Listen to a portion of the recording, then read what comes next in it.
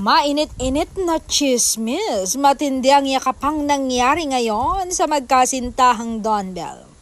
Halatang halata na miss talaga ni Donnie ang kanyang nobya. Ang higpit-higpit raw ayon sa mga marites, mga ilang minuto rin at panay titig raw ng aktor sa dalaga. At ayon sa aktor ay kumukuha lang raw ng lakas para bukas taping na naman. At kinilig pa nga raw ang mga marites nang sinabi niya para daw sa future nila ang ginagawa niya.